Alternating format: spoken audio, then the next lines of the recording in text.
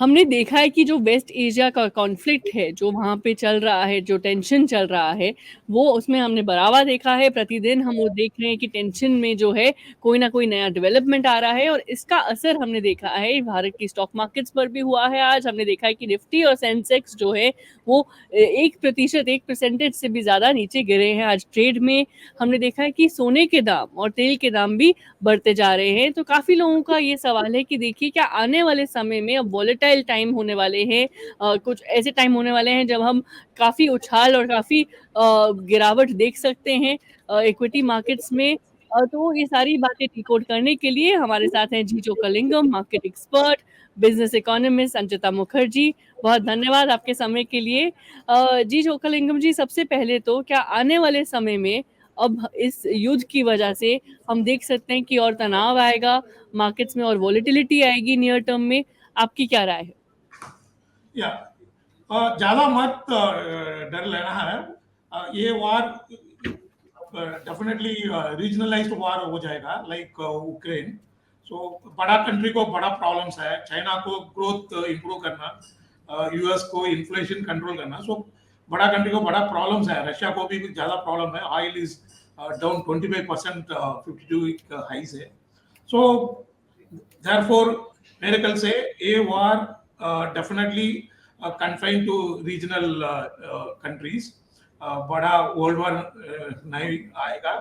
And therefore maximum 10-15 दिन में थोड़ा टेंशन कम होगा, मार्केट भी रिकवर हो जाएगा। बट 2-3 में और एक बार मार्केट नीचे जा सकते हैं, कम से कम 1-2% नीचे जा सकते हैं। सो इन्वेस्टर्स आज को और 2 दिन में नीचे जाने के टाइम दूसरा दिन भी 2 बार अच्छा क्वालिटी स्टॉक्स लेना है। पर्टिकुलरली लार्ज कैप 50% एक्सपोजर चाहिए। बैलेंस में गोल्ड, कैश और अच्छा quality mid cap, small cap stocks ये 2 दिन में ले सकते हैं। जी, तो आपको ऐसा लग रहा है कि देखो नियर टर्म में जो है वॉलेटिलिटी हो सकती है, लेकिन लॉन्ग टर्म में आप का ऐसा मानना है अभी जो हम डेवलपमेंट्स अभी तक देख रहे हैं कि ये जो है लोकलाइज़्ड रह सकती है वहाँ की सिचुएशन। लेकिन संचिता, अगर मैं तेल और सोने के दाम के बारे में बात करूँ, काफ़ी लोग ये देख रहे हैं कि देखिए तेल और सोने के दाम जो हैं वहाँ पे हम देख रहे हैं कि अपटेक आ रहा है, परसेंटेज हाइक आ रही है। तो क्या आने वाले समय में आप क्या समझती हैं कि तेल और सोने के दाम क्या वो भी बढ़ते ही रहेंगे? क्योंकि अनसर्टेन टाइम जब आते हैं तो लोग सोने की तरफ जो है जाते हैं। तो आपका क्या मानना है? नमस्कार साक्षी और धन्यवाद। आपने बड़ा रेलेवेंट क्वेश्चन पूछा। इसका एक ही उत्तर है, आप अगर तेल और ये मेरा इन्वेस्टमेंट एडवाइजर है, एडवाइस नहीं है, ये जनरल डिस्कशन है। अगर आप तेल के भाव के बारे में बात करना चाहते हैं तो तेल एवरी डॉलर इंक्रीज जो होती है, हर $10 जो इंक्रीज होती है because of war, geopolitical tensions वगैरह, माना जाता है कि इंडिया का इन्फ्लेशन 0.3% अफेक्ट करती है। अब हमें ये कॉन्फिडेंस रखना चाहिए हमारे ऊपर, क्योंकि हमारे देश में लास्ट 2-3 साल से, अभी रशिया यूक्रेन वॉर भी चल रहे थे, उसके बाद अभी इजराइल ईरान का जो ये वॉर चल रहा है काफी भारी मात्रा में, इसमें अगर आप देखोगे तो ऑयल प्राइसेस सबड्यूड है, क्योंकि world over actually demand oil का डिक्लाइनिंग हो रहा है ओवरऑल, बट ये वॉर की वजह से थोड़ा एलिवेटेड है। और इंडिया का जो ऑयल परचेजिंग पावर है, हमारी डिप्लोमेसी जो है, बाहर के देशों से जो डिप्लोमेसी रही है ऑयल एक्सपोर्टिंग कंट्रीज से, वो काफी हद तक बहुत स्ट्रांग है। हमारी कितनी खरीदारी होती है ईरान से, ये भी पूछने की जरूरत है।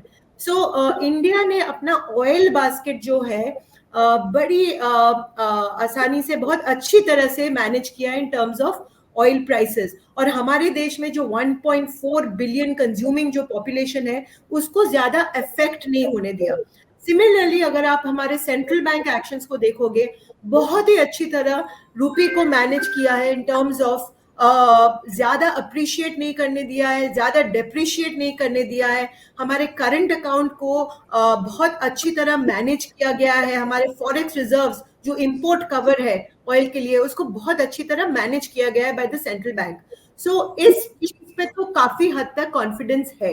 नाउ अब शेयर बाजार की अगर हम बात करते हैं तो हम बोरोइंग कॉस्ट की इंडस्ट्री की बात करना बहुत बहुत इम्पोर्टेंट है, because even more important then the war and the oil prices and the currency, जो मैंने अभी बोला कि सेंट्रल बैंक बहुत अच्छी तरह मैनेज कर रही है, ऑयल मिनिस्ट्री डिप्लोमेटिक रिलेशन से मैनेज कर रही है। हमारा जो शेयर बाजार है, हमारा इंटरेस्ट रेट अभी हाई है इकोनॉमी में।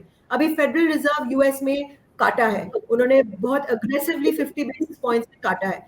चाइना ने भी अभी स्टिमुलस पैकेज रिलीज किया है, बहुत बड़ी स्टिमुलस पैकेज जो उनकी इकोनॉमिक डिमांड को स्पर करेगी। बहुत ही अच्छा उनका मानना है कि हम स्टिमुलस पैकेज से हम अपना कंजम्पशन, हम डिमांड बढ़ा सकते हैं। इस सिचुएशन में इंडिया को कॉम्पिटिटिव रहना है, हमारे जो अर्निंग्स ग्रोथ है उसको हम पे फोकस करना चाहिए। अभी फेस्टिव सीजन आ रहा है, तो हमारा अगर इंटरेस्ट रेट अगर थोड़ी सी कम हो जाती है कंट्री में, following the steps of federal reserve and other countries, तो हमारी इंडस्ट्री के लिए ये बड़ा ही शॉट इन द आर्म होगा। बिकॉज अभी अगर आप देखोगे बैलेंस शीट्स वगैरह, जो प्राइवेट इन्वेस्टमेंट्स, लोग फैक्ट्रियां लगाना चाहते हैं, but do they want to borrow at this rate? So they want to borrow at a lesser rate. तो इसी हद तक अगर आप देखोगे, अभी सितंबर में परचेजिंग मैनेजर्स इंडेक्स पीएमआई के जो नंबर्स आए थे, वो 8 मंथ का लो पे है।